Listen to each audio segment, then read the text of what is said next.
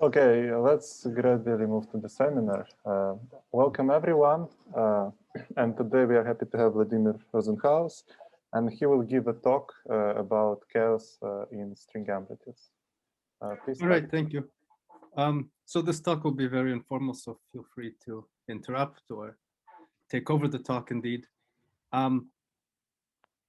Also, if you want to turn on your cameras, that would be helpful, since I can currently only see myself. So if one opens up a chaos book, the discussion of chaos is usually classical few-body chaos, and there's a very clear picture of what chaos is. There's phase space, which has a few dimensions, few body, and regions of phase space. You start with some small smooth patch, and as it evolves in time, it gets stretched in various directions and folded. It needs to get folded to remain in a finite region of phase space. And so you have this small initial patch, which then becomes this very intricate, elaborate structure, which still has the same volume by Liouville's theorem, but it's all over the place. So a small, smooth thing evolves into this complicated structure. So stretching and folding, that's the basics of chaos. If one now asks what chaos is for field theory, even classical field theory, the picture becomes more challenging because now phase space is very large. And so that isn't the right picture. And if one goes to quantum field theory, then it's even less clear what is meant by chaos. And so in the past few years, people have studied out-of-time order correlators, which are sort of like a Lyapunov exponent, this local expansion for short times, an analog of that. But that doesn't capture the full complexity of what's happening. That's just an analog of the local expansion rate. So, and it only works for some field theories. So one would like more. So a question one could ask, the question we want to ask is, what should one look at to understand chaos in quantum field theory? Which quantity is encoded? One could reasonably ask if this is an actual problem, because you could just say chaos only appears in classical mechanics and nowhere else, and so whatever. That is a reasonable thing to say. Nevertheless, most field theories are nonlinear when you move away from weak coupling, and they're not integrable. So it's reasonable to think they're chaotic or something like it. And so it seems highly plausible that in trying to understand chaos better in quantum field theory, what it means, how to diagnose it, how to solve chaotic field theories, we would better understand strongly coupled field theories, which nobody questions is a good thing to do. So the proposal is that one should look at the S matrix. So the S matrix, scattering, sending particles in, particles come out, is what we naturally compute in quantum field theory. And so it seems reasonable to ask if the S matrix encodes chaos. And so in a short paper a year ago, I proposed that one look at the S matrix with a large number of particles and see if, and that chaos will be encoded in the erratic behavior of the S matrix as one makes a small change in the momentum of one of the particles. Vladimir? Yes. Are you showing any slides? I can't see anything. No, I'm not showing anything. Okay. I got tired of showing slides, so I decided to get rid of the slides. So let me motivate that by an example of. So to study this, it's useful to look at examples of chaos and scattering that people studying chaos considered. And the canonical example, so the outline of the talk is I'll motivate this, and then I'll discuss an explicit realization of this idea in string theory, of seeing chaos in an S matrix with many particles. I'll argue that in string theory, you can explicitly derive such an S matrix and see chaos. But just in terms of classical mechanics, so the thing that is considered is a particle scattering between three disks. So you arrange three disks, these are solid disks, and then just send a little ball in.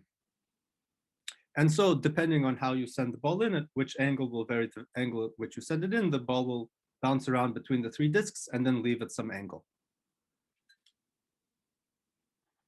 So you might initially say, you're not going to see much chaos here because the ball will bounce around a few times and then leave.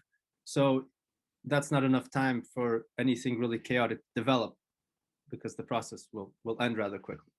But in fact, if you make a plot and vary the angle, so this is the ingoing angle on the x-axis and the y-axis is the outgoing angle. What you notice is, so in some regions it's very smooth, a small change in the ingoing angle, a slight change in the outgoing angle. And then in some other regions it becomes totally erratic. And then it becomes smooth again, and then erratic. And if you zoom in onto like this region and repeat, and now send in a finer set of ingoing angles, the same sort of structure repeats of erratic behavior, smooth behavior, and then erratic behavior. And what's happening is, so you can ask, why are there regions where it's so erratic? And the reason is because there exist ingoing angles where you spend an arbitrary long amount of time bouncing between the disks. So for this, I'll actually show a slide.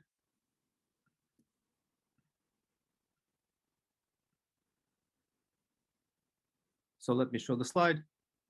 Oh, there we go. So so here are two different trajectories. One is a solid line and the other is a dashed line. So the solid line, the ball moves in, it hits. So we label the disks by 1, 2, and 3.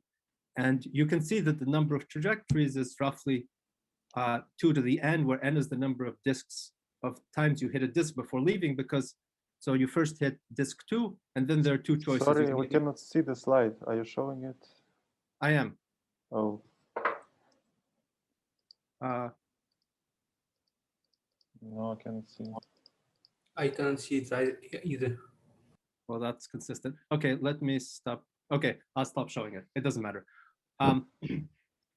So so you send the ball in, it hits this disk, then it hits this disk, then it might hit this one, then that one, and then maybe it will leave.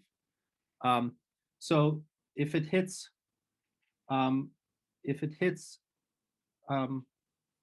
if there are n hits, then the number of trajectories, the number of qualitatively different trajectories is like 2 to the n. And so if you set up the initial conditions so that you hit 10 or 20 disks before leaving, it's clear that if you make a slight change, the behavior will be erratic in that region. Because after you've bounced that many times, it's clear that a small change will eventually lead to a large change. So that's why this is chaotic.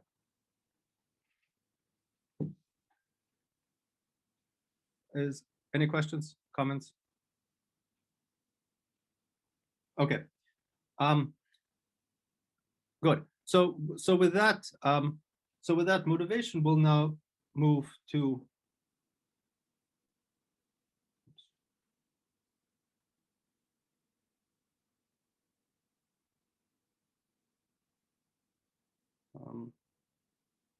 just a second.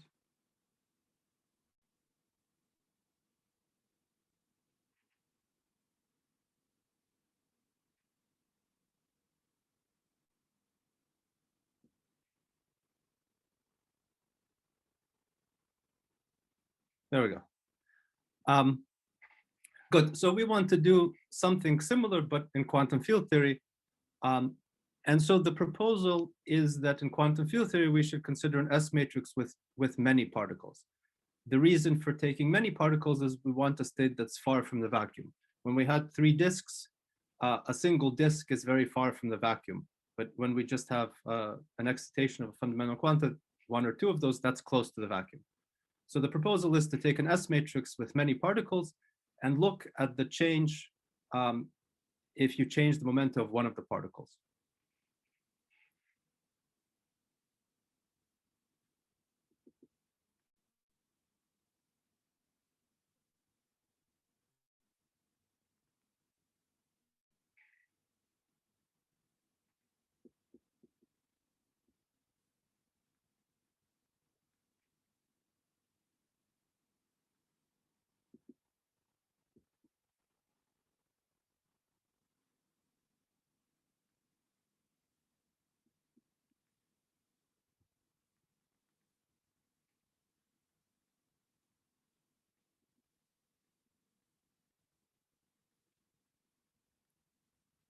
So that's the proposal.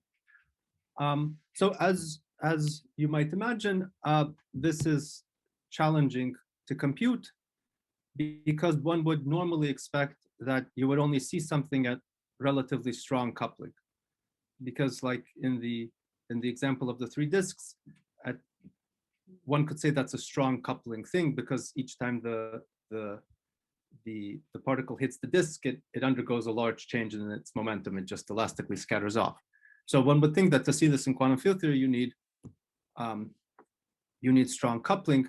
Another way of saying that is that in what one really needs is there to be a large number of closely spaced resonances. That is sort of what was happening with the 3 disk example, that there were this large number of states all around the same region, the large number of states being the different kinds of bouncing configurations, the precise order in which you hit which of the 3 disks. Because as I said, if you make n hits with the disks, the number of those choices is 2 to the n. So there was, in a sense, a large entropy. So in looking for an example of this, string theory naturally comes to mind, because already at weak coupling, a string theory has an enormous number of states. So if we take an excited string, if I draw it, it looks like that. And so it seems intuitively plausible that if you scatter a light string off of a highly excited string, that behavior will be erratic because the string is all over the place. So if you send in a particle, depending on the angle you'll hit, intuitively you'll hit a slightly different part of the string, and so it will come out differently. That argument is too rough because, well, that's clearly a heuristic argument, but that's the general. That's a heuristic argument for why one would expect that scattering of excited strings would exhibit chaos. Any comments? So do you have any kind of rigorous definition of what chaos is? Because you started from a mechanical problem. So I wonder whether it is, well, actually it does have chaos using like standard mechanical definitions.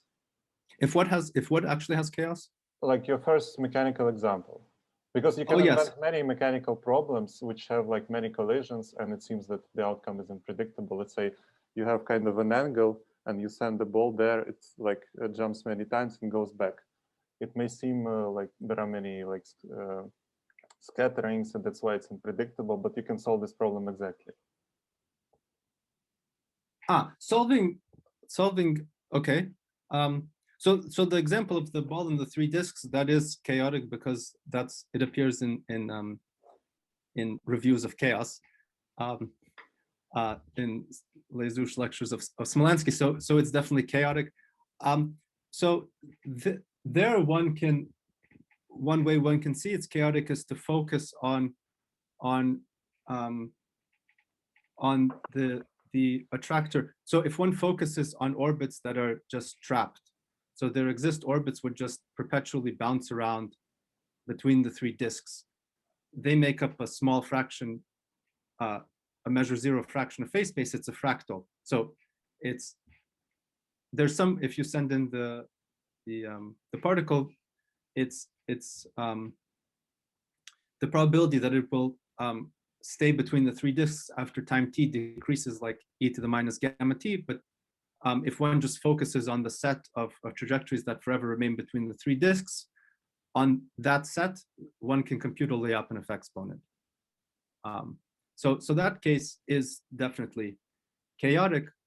However, the thing I want to appeal to is just the erratic nature. So the definition of chaos I'll use is a small change in the in state leads to a large change in the out state.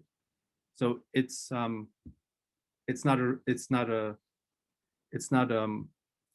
a fully quantitative definition because I don't know what a better one is. It seems that if we're doing quantum field theory, all we have is the S matrix, and so we shouldn't be appealing to some dynamics at intermediate times, which is only defined for some kind of special states. So if we're going to have a general definition, we just need, it has to be defined in terms of the S matrix. And for now, the best I can do is to say that it's erratic under a small change. Okay, thank you.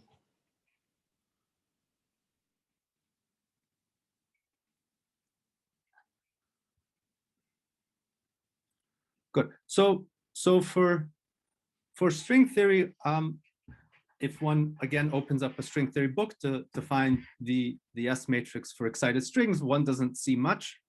And in fact, most of the discussion about strings is usually light strings, not excited strings.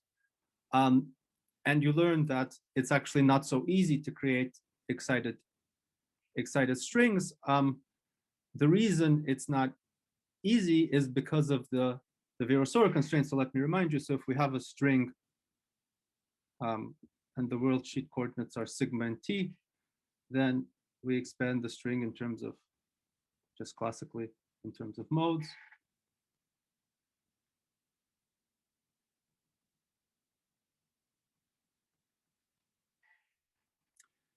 And so if, and these alpha and mu's are like creation and annihilation operators for a harmonic oscillator.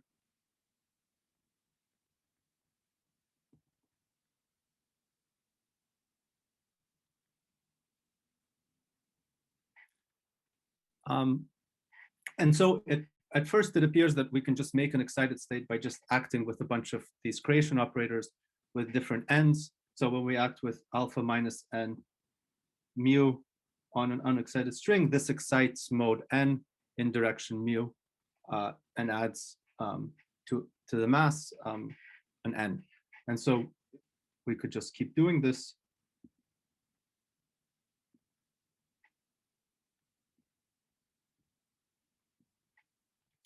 And so this would make string theory seem very, very easy. Of course, that's not totally true. And the reason is the Virasoro constraints. The reason is that one is allowed to do reparameterizations on the world sheet, reparameterizations of sigma and t to world sheet coordinates, and nothing physical should change. And this then gives constraints. This gives relations between these different alphas. So they're not all independent. And those are the Virasoro constraints. So states have to satisfy the Virasoro constraints. And so classifying the independent states is not trivial. It's easy for the low-lying states, but then it becomes progressively harder. Thankfully, so that won't work for us. Thankfully, there's a better and more physical way of constructing excited string states. So the reason, so the plan now is I want to compute an S matrix in string theory involving excited strings, and then see if it has the erratic behavior that I argued it seems plausible it should. So that's what I'm going to do. So the way to form excited strings is by the DDF construction.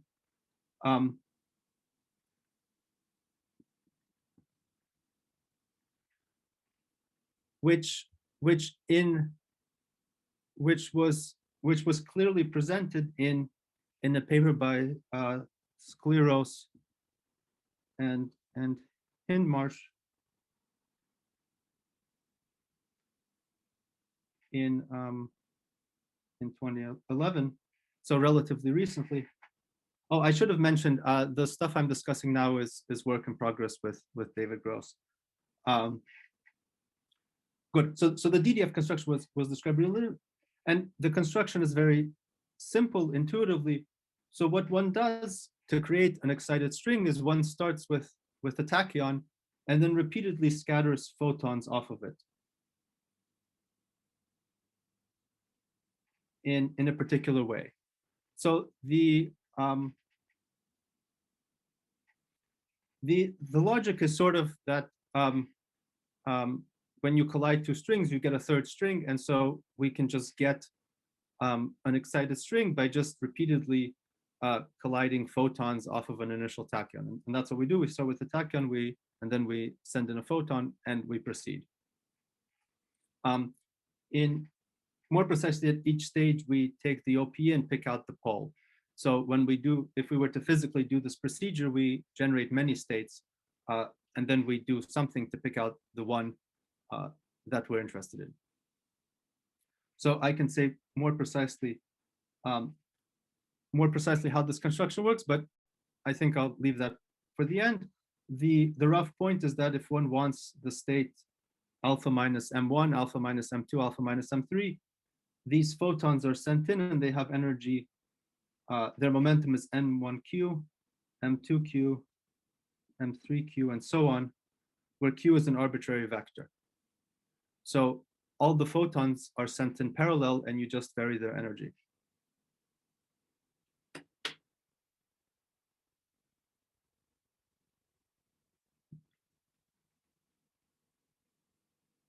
Comments?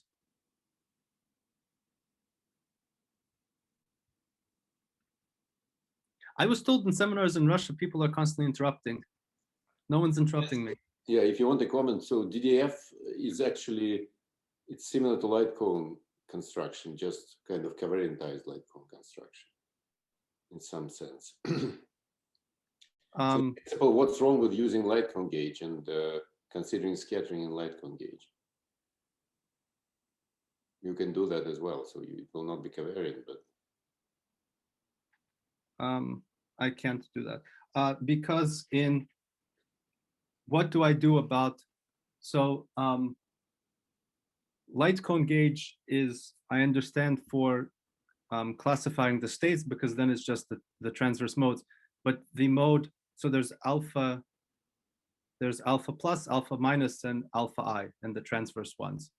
And in light cone gauge, so we set, so we eliminate alpha minus, but this still leaves alpha plus, which is expressed in a very nonlinear way. yeah, maybe for excited states, it's not easy again. Yes, maybe. But in principle, you can, yeah. For example, people discuss scattering amplitudes. Mandelstam discussed scattering amplitudes, I think even for rather general strings. So you just need to specify at least two states, which give you the initial and final particle, and then you attach particles in between. Yeah. Anyway, okay, we couldn't find a way to do it in light cone gauge, but maybe there is a. If you know a paper that can do it in light cone gauge, tell me. Yeah, good. Also, yeah, that's all I have to say. I was both surprised that this wasn't already done, or perhaps that we couldn't find it, and that one has to do the DDF construction, which I had, to be honest, never read in Green, Schwartz, Witten, or Polchinski, because it sort of seemed unnecessary. But the explanation that was given in this Scholars paper and what they worked out, so they explicitly worked out the vertex operators for a general excited state, which you build by scattering photons. So another thing that I like about this is that for a general excited state in this covariant formalism, there's some very elaborate polarization vector with many indices, which then satisfies a bunch of constraints. And so in practice, it's completely unusable. Whereas here, you don't have such a thing. You just specify the polarization of each photon that you send in, and that's it, and the vector Q. And so this elaborate polarization tensor is here just specified in terms of this very physical thing of the polarizations of each of the photons and Q, their direction. Yeah. So let me give the, the simplest thing. So we'll compute the simplest thing, and the simplest thing is a highly excited string. So we form a highly excited string and we let it decay into two tachyons. So in reality, that's probably not the dominant amplitude, but that's the simplest to consider. So that's what we'll consider. Highly excited string decaying into two tachyons.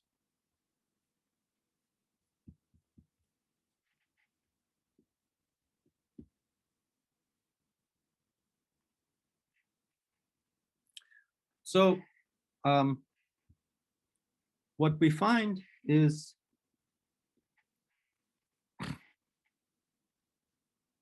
So good. Let me write this down.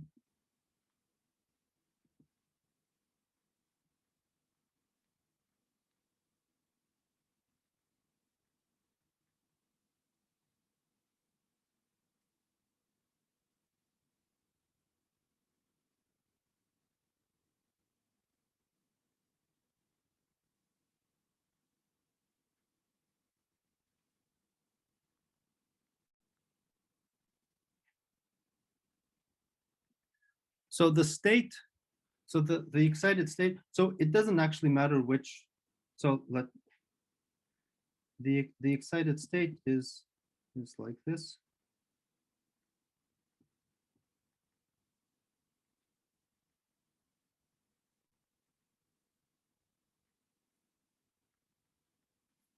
So so we take an excited state where we excite mode 1 of the string n1 times, mode 2 n2 times, and so on. So the mass of the string is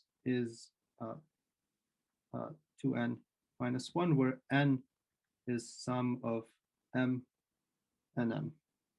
So we excite mode 1 n1 times, mode 2 n2 times, and so on. And so the total mass is just sum of m times nm, because each mode contributes, mode m contributes m towards the mass of the string. So this is the most general excited string in 3 dimensions. The reason I say 3 dimensions is that I picked the polarizations of all the photons to be the same. You can actually take them to be different, it doesn't matter. Sorry, what is alpha? Is it an angle between tachyons? Yes, alpha is an angle. So alpha is the difference in angle between the outgoing tachyon and the ingoing photons. So we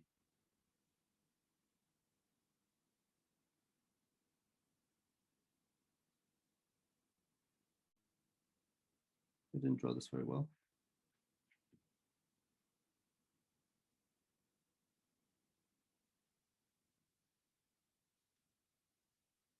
So this angle is, here's an angle, and here's an angle. So alpha is the difference between these 2 angles. I could call them theta. Yes? What is lambda?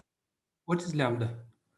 Lambda is the polarization of the photons, of these photons you send in to create the excited state. But it's actually not, so it's, most of what I say won't actually depend on the polarizations of these photons, so we can ignore it. Okay. So this is the answer for the amplitude. So it depends only on the angle alpha, the difference, which is the difference in the angle of the outgoing tachyons and the ingoing photons, and it depends on the precise state of the excited string, which is just specified by the NMs, the occupation numbers of all the modes. So that's what we would expect. So is there anything special if the excited state is on leading Regge trajectory? Yes, there is, because then this PM, if it's leading, then the only excited modes are mode 1, and PM of A for m equals 1 is just 1. So then the amplitude is just sine alpha to the j, to the spin. So it's a very simple amplitude. So leading Regge, the amplitude is sine alpha to the j, where j is sum of nm. So for the leading Regge trajectory, it's very easy, simple. Easy and simple. So from the field theory point of view, this is just some vertex, which is 2 tachyons and with many derivatives multiplied by this high spin tensor, which. Correct. That's right. The vertex operator for the excited string is just a sequence of some derivative of x, some derivative, some power of x times a bunch of derivatives. That's right. I actually meant the effective field theory vertex, which corresponds to this amplitude. Oh, I see. The high, yeah. Mm-hmm. Yeah, so that will be two tachyons with many derivatives on them. Contracting. Ah, I see. Yes. Yes, Yes. Because it's a higher. If you think of this as a high, that's right. But it's yes, that's right. But that's right. But I wouldn't know how to write. Yeah, that's right. I guess what I wanted to say is that as you move away from the leading radius trajectory for a generic excited state, it would be challenging for me to write down the effective field theory vertex just because it's a higher spin. Yeah. I have nothing to add to that.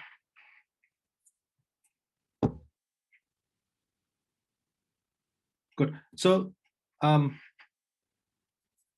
we can simplify. So let me simplify the answer slightly.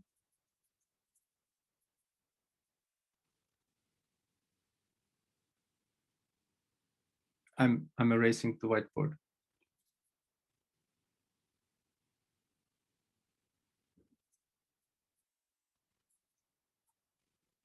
So the thing we're interested in is what a generic excited state looks like.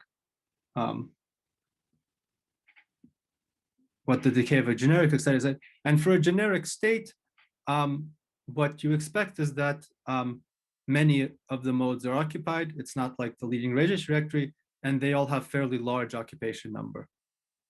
I can discuss that in more detail. But so for the leading state, we're going to take m is much bigger than 1. So if you take m much bigger than 1, then you can use Stirling's approximation on Pm of A, and it becomes something which I don't care about times sine of MA. So I'm only interested in right now in the oscillating part. So Pm, this Pm of A, you can see that it oscillates because minus cosine squared alpha over 2 is between -1 and 0. And so you can see that Pm of A, as you vary alpha, it oscillates. And by doing Stirling's approximation, you can see that it becomes sine of oh, sorry, there's a pi here.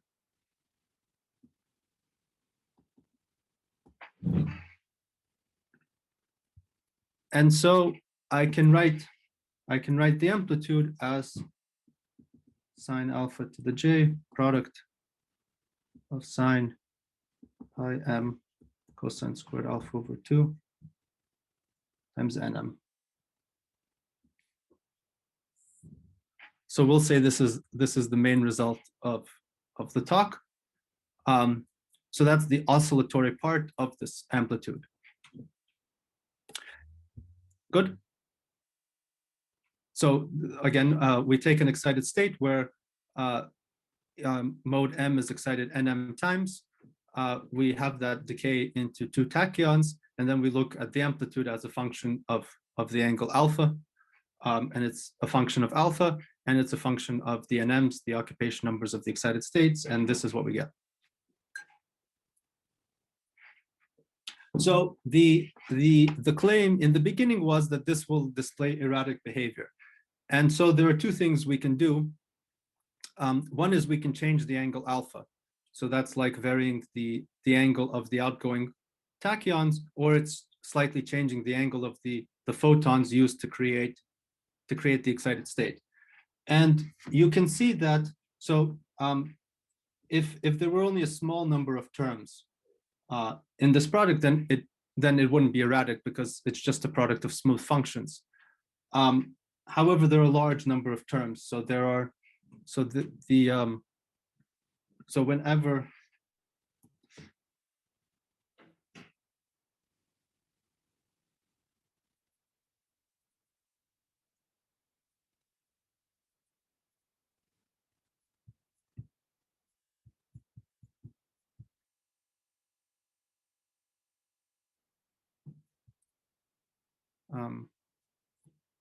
so whenever So in particular, if cosine squared alpha over 2, oops, is j over m, then the sign has a 0. Then we hit a 0. Yeah. So for some fixed n, we have a bunch of zeros, and for m large, so for a given m, there are m zeros that appear for here, and then we're taking a product over m over all the modes that have some occupation. So there's going to be a ton of zeros. So this function will be extremely erratic for some choice of nms. So if you take a random, so we take a highly excited string, so it has mass m squared equals 1,000, so n equals 1,000, and then you take a random partition of 1,000 to generate the nms, and then you make a plot of this with those nms. Then as you vary alpha, it will look extremely erratic because of the large number of poles in what appear to be random locations. Sorry, why do you call these poles? Sorry, zeros. But is it true that, like, field theoretically, this is some sort of 3-point function, or what is it? So this is yes. So this is what's written at the bottom of the page is an approximation which to the precise 3-point amplitude of an excited string decaying into two tachyons. Yeah. So yes, it is true.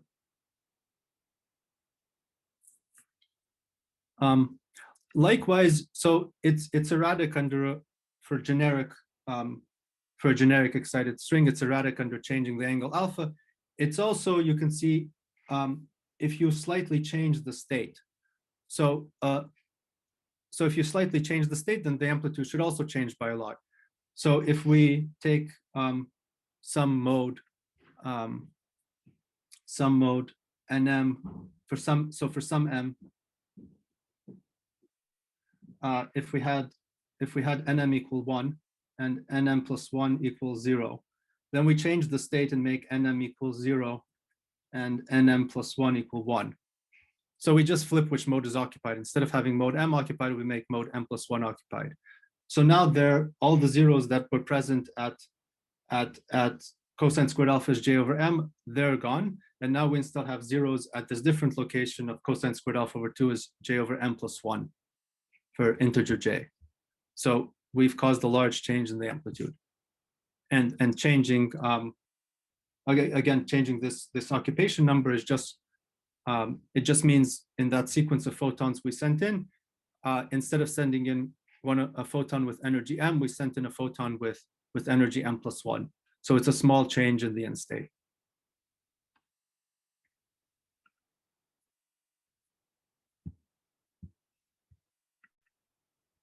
Okay.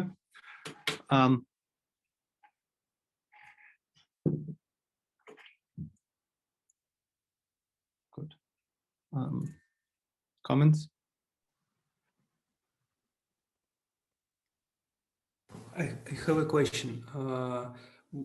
Suppose you do the same in the integrable model.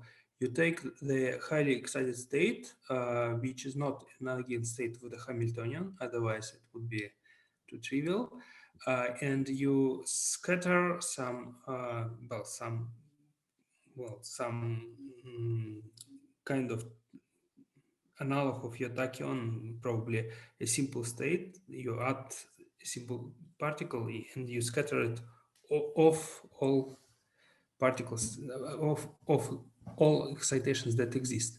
What will change as compared to this formula? So you somehow in integrable model, you somehow should see that something is different. Okay. I take an interval. What can you give so first of all, this was I took string theory, which is integrable. I mean, it's string theory in flat space, and I solved everything exactly. So everything was integrable, but Okay, go on. Which model should I? What do you have in mind more specifically? Yeah. Some integrable theory like Saint-Gardon or something, and yeah. So that's basically what you do, right? Good. I have a comment on this. So yeah, good. So for integrable two-dimensional, good. So my criterion was you look at the many particle S matrix, and that exhibits rad behavior. For the integrable two-dimensional models, which is sort of the only case in which integrability is defined, the S matrices just factorize into products of 2x2 S matrices. So there's nothing interesting that happens in the n by n S matrix. It's just a product of 2x2s. So that's why, so I think integral models pass the criteria. They won't exhibit chaos in this sense, because the n by n S matrix is just a 2x2. Yeah, but basically that's the question. So suppose you do something differently, right? Suppose you do not work in the basis where your Hamiltonian is diagonal. Oh, I see. Matrix factorizes, and you just rotate. Will you see this phenomena? So let's see. So I'm supposed to. So I take Saint-Gordon. So what am I doing? I'm scattering many solitons, but you do not start with solitons. Or you may start with the solitons, but you start with multi-solitonic states with large linear combinations of multi-solitonic states, which is a multi-particle state, but it's not a basis which diagonalizes your Hamiltonian. And suppose you write S matrix in these amplitudes, between these states. Will you see the same phenomenon as you see here or not? Something will tell you that you are inside integrable theory. Should tell you that you are inside integrable theory and not just you do not observe chaos really. Yeah. So for the basis states in which, if we don't take your superposition, then we know the answer for the S matrix because it's just a product. And in this case, it's just going to be I guess, a superposition of those products. Yeah. So you claim that it will not depend chaotically on any parameter. It will change smoothly. It will change smoothly with any parameter, even in this wrong basis. I'm not sure. No, I don't claim that. I don't claim that. The only thing I said is that in the Saint-Gordon case, the n by n S matrix factorizes into 2x2, and so it seems plausible to me that nothing interesting will happen. But you have a slightly more elaborate separate. So I'm not sure. That seems reasonable to look at. Good. On the good. Let me. So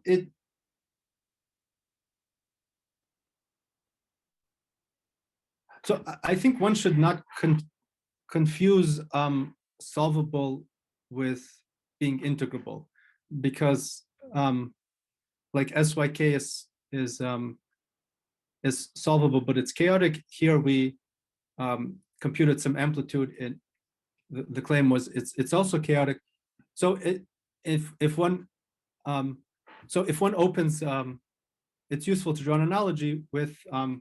So let me discuss the result a little. So it's useful to draw an analogy with the simplest chaotic map that's presented in chaos books, which is chaotic and trivially solvable, and that's the Bernoulli map.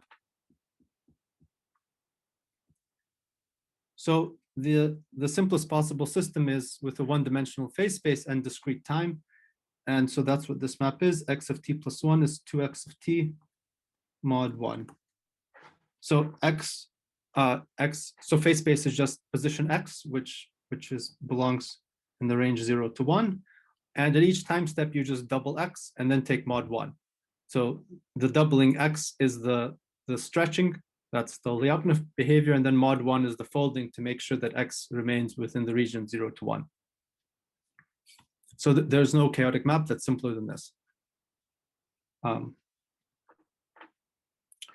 So what one can do to solve it is write x naught in this what's called the dyadic expansion. So as a bunch of as a sum of powers of 1/2 where the coefficients Cn are either 0 or 1. So one writes x naught is like 1/2 plus 1/8 plus maybe 1/16 plus and so on. So one is replacing x naught, which is a real number between 0 and 1, with a countable set of bits, which are either 0 or 1. So that's just a rewriting of x naught. And the reason for doing this is now it's immediate what x of t is. X of t is n equals 1 to infinity Cn plus t over 2 to the n. So what happens under time evolution is you take your initial x naught, you write it in this basis with a bunch of these c's. So we can write it like C0, C1, C2, C3, C4. And it's clear that if you change C10, then it barely changes. If you flip C10 from 0 to 1, it barely affects x naught because the C10 is suppressed by 2 to the 10. And as you evolve in time t, you just start at time t, you get x of t by just dropping the first t of these c's. So x of t will be like ct plus 1, ct plus 2, and so on. So it's clear that a small change in x naught by, for instance, changing C10 will lead to a large change of x of t at time t, which is given by 10 if you change around 10 if you change C10. So this is this effect that a small change in the initial state leads to a large change at late times. In addition, one can see that it's sort of the same thing that good. Oh, yeah, good. So that's one thing. The second is that if you randomly pick the C's, so randomly picking an x naught between 0 and 1 is just you randomly pick a real number between 0 and 1. You can equivalently randomly pick the CNs, each CN having with equal probability either being a 0 or 1. So if you just pick some choice of CNs, it's clear that x of t, that this sequence of x of t behaves erratically because the dominant part of x of t is the c at that position at time t, and each c was picked randomly, so it's clearly erratic. So the reason for discussing this is I want to draw an analogy between this expression in the Bernoulli map and the expression we had in the chaotic scattering with the string, the heavy string decaying into two tachyons. So to remind you, the expression we had there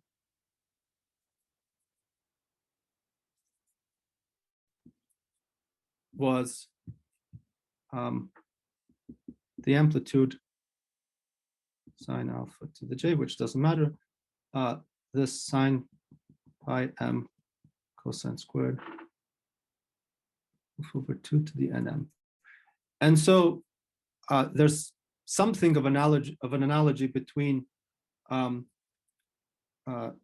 x of t, the CNs, and t, and a of alpha, the NMs, and alpha. So I'm saying the time is like the angle. The set of occupation numbers in the string is like the CNs for the Bernoulli map, and the amplitude as a function of alpha is like the position as a function of time.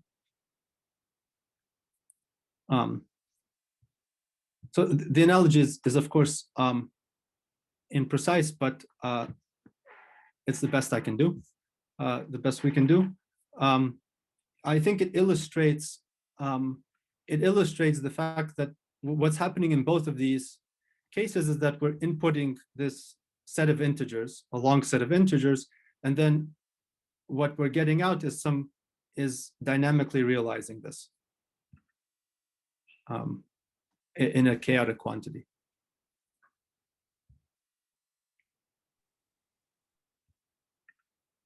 Good.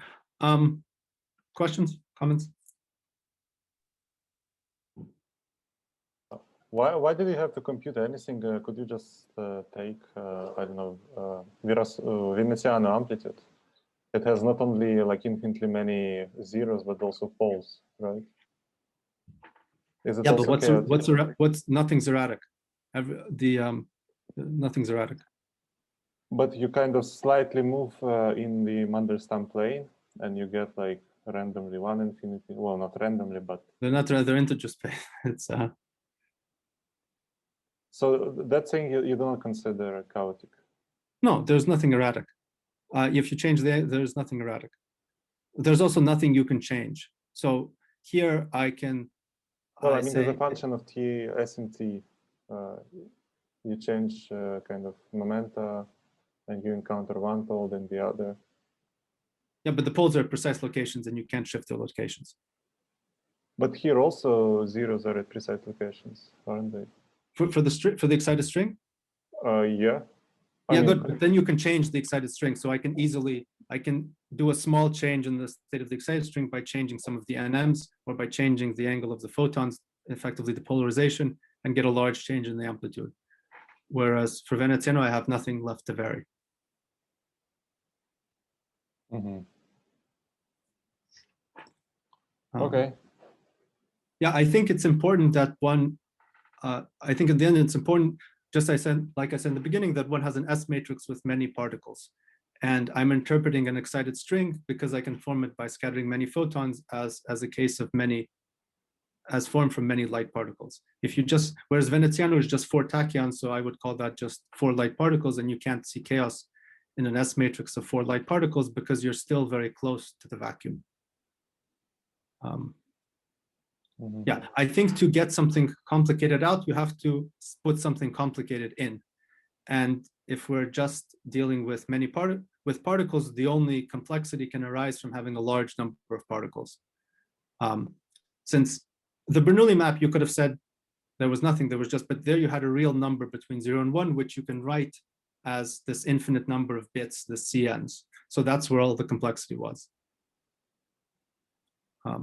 Whereas if we're doing scattering quantum field theory, there are none of these continuous type.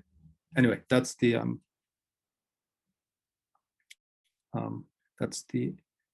there yeah.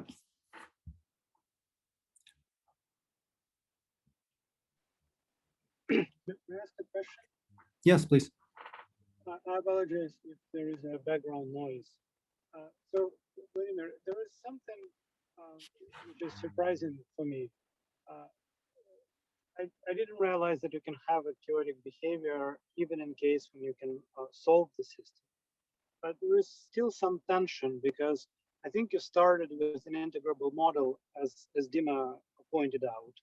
And it's not clear to me in what sense an integrable model can truly give rise to chaos.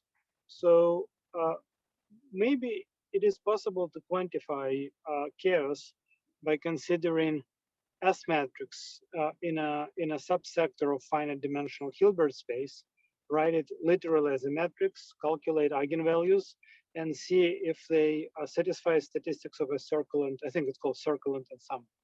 Good, yes.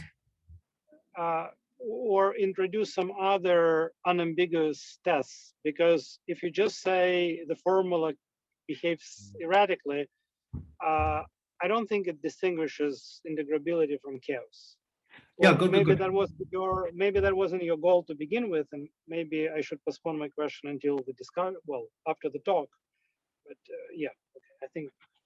Thanks. Good. So that's right. So in the case of scattering in quantum mechanics in the 90s, late 80s, Blumel and Smolansky made this proposal. They said that if it's chaotic, then the S matrix will obey properties of random matrix theory, the actual S matrix, because it would be like a generic random unitary.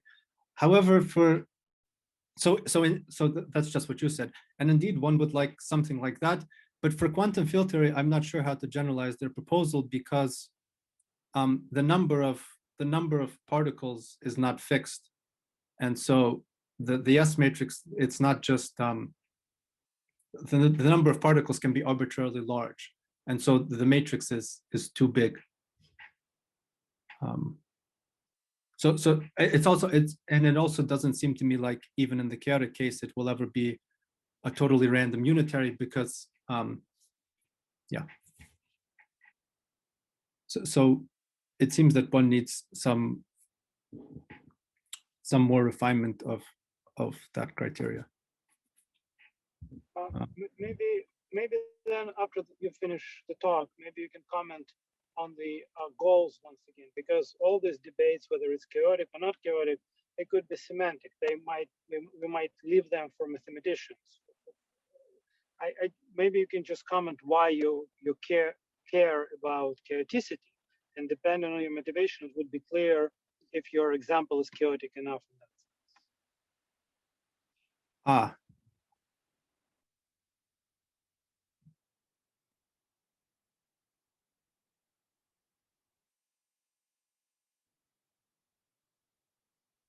Well,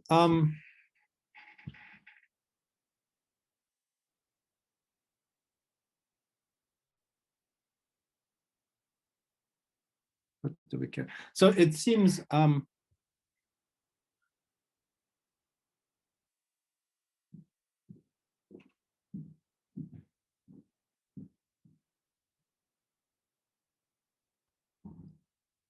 there seems to be something qualitative that's missing in just like I started off in the beginning, that for classical chaos we roughly know what chaos means. In quantum field theory it's less clear, and so the hope was that that by having some simple example we'll have a context in which we can see what chaos is corresponding to. And so the strings achieves it. On the other hand, there's the worry, which both of you have said, that it's that the erratic behavior that we got, it's not clear if that's really dynamical chaos or just an effect of putting in something complicated. I think that's sort of what you're saying. Because it's true, if you input a bunch of complicated stuff, just take superpositions of this and that, then even for something that has no, yeah. So we're trying to distinguish between chaos generated by dynamics and chaos generated by us inputting a bunch of garbage. Vladimir? Yes. Maybe it's kind of related. So what you're actually doing, you're not really doing quantum field theory. You're considering just tree-level string scattering. So from field theory target space perspective, this is just classical. It's just classical 3-point function, right? Classical. Yes. Why classical? From target space point of view, you can have effective field theory, which is classical. You consider tree-level scattering, right? Tree-level scattering. Yes. This is just 3-point function, which is local.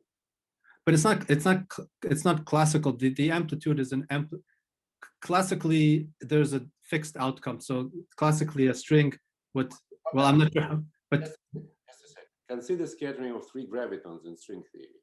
Yeah. Gravitons in string theory, or 2 tachyons and a graviton. That's an example which you have. This corresponds to the amplitude which comes out of Einstein action, or action for a tachyon in a gravitational background, which is pretty local standard action. The only difference which you are doing, you're just coupling, you're just considering, instead of 3 gravitons, 2 gravitons plus a very excited massive high spin string state. That's all. But it's the same structure. It's just a local 3-point function. Yeah, good.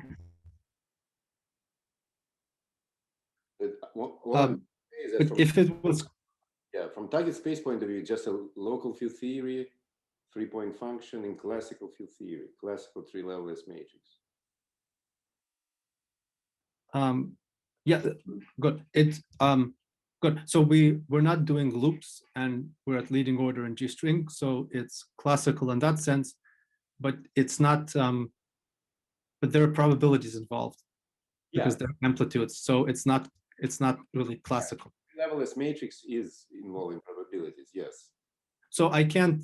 So for the purposes of, so the example I had in the beginning of classical scattering, you send the ball in, depending on initial conditions, it has a definite outcome. Here we don't have that because it has many possible outgoing angles with some amplitude. Yeah, so this is more like quantum mechanics, but relativistic quantum mechanics. Yes. I agree. But it's relative. That's right. So because we restricted to 2 outgoing tachyons to simplify the calculation, but there's also some amplitude for 3 or 4 and so on for different states. Yeah, that's right. So we're in a sector. Yeah, that's right. We're by restricting the final state to have 2 tachyons. Yeah, that's right. Like what you said, relativistic quantum mechanics. Yeah, I agree.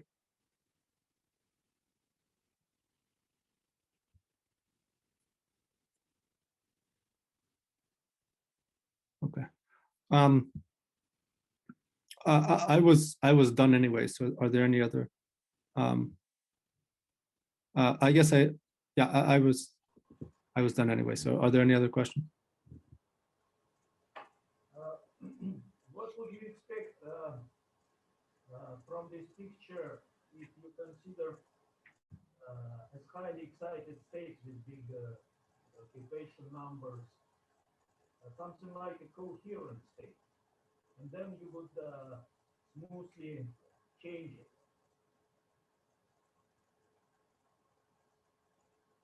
So you say if I take, instead of, your proposal is to take an analog of a coherent state instead of what I took, if I understood correctly. Coherent state which would correspond to some kind of classical field, mean field, and then you would change smoothly this parameter in the state. And, you have some chaotic response in your amplitude to this alteration in the state.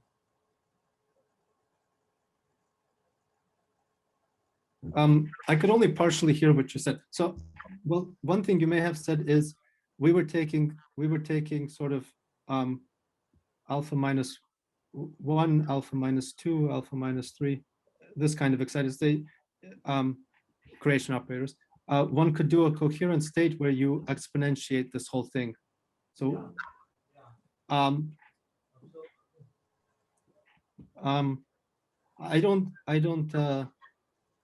not sure what that buys you, except you now. So it seems the answer is harder. You also lose momentum conservation. Yeah, I'm not sure what you gain. There's I'm not sure what you gain from this. There were some papers by Yankee and collaborators in which they did do coherent states, but it's not. Yeah, it's not clear to me what the advantage is. I guess you would say the advantage is it's more of a classical background.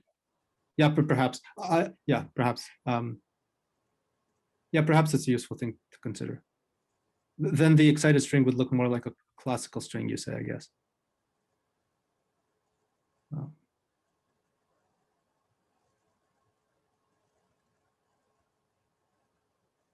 Yeah. No, but yeah, I'm not sure the extent to which we want a classical. If we make it too classical, then it's uninteresting. I mean, then it just becomes classical mechanics. But yeah, anyway, that might be useful to consider. What was that actually what you were? Since I could only hear half the question, was that actually what you were asking? Well, maybe yes. Well, I don't know actually. Maybe I do not understand quite well this what you're talking about. But okay, never mind. Vladimir? Yes. So suppose you consider, say, scattering of solitons in some 4-dimensional theory. or three-dimensional theory. Would you, if you could compute, say, tree-level scattering of a soliton, which it would be an analog of highly excited state with some elementary quantum, would you expect similar behavior, chaotic behavior in the tree-level scattering?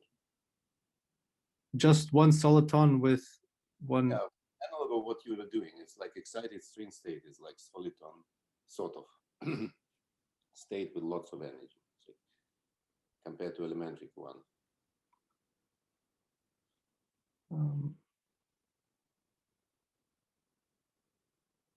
It seems unlike, I don't. But the solitons have a fairly fixed. What can you vary in a solid? So in the excited string, there were a bunch of parameters that you can vary, all the occupation numbers.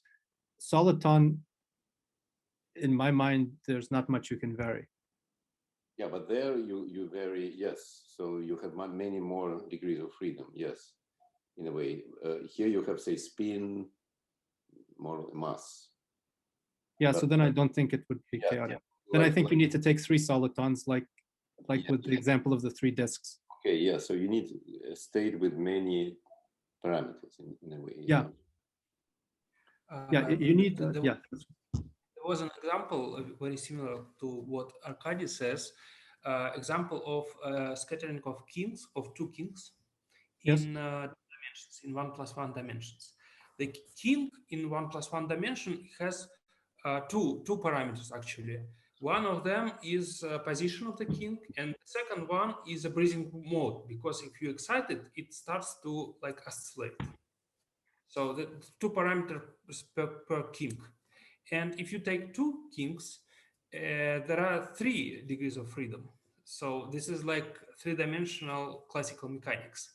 So people were scattering king on the king, and they were asking whether a king on the anti-king, okay, and they were asking whether this system, they disintegrate into waves, or they may remain, the king and the anti-king.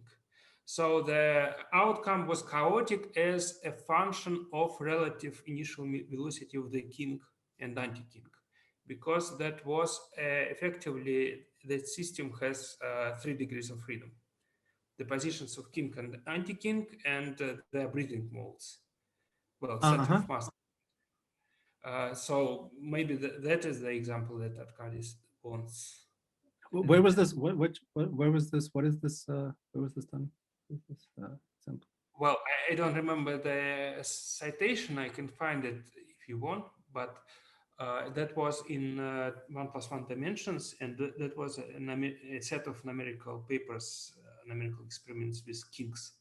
People who like to run codes with kings and evolve solitons with numerical codes. Okay.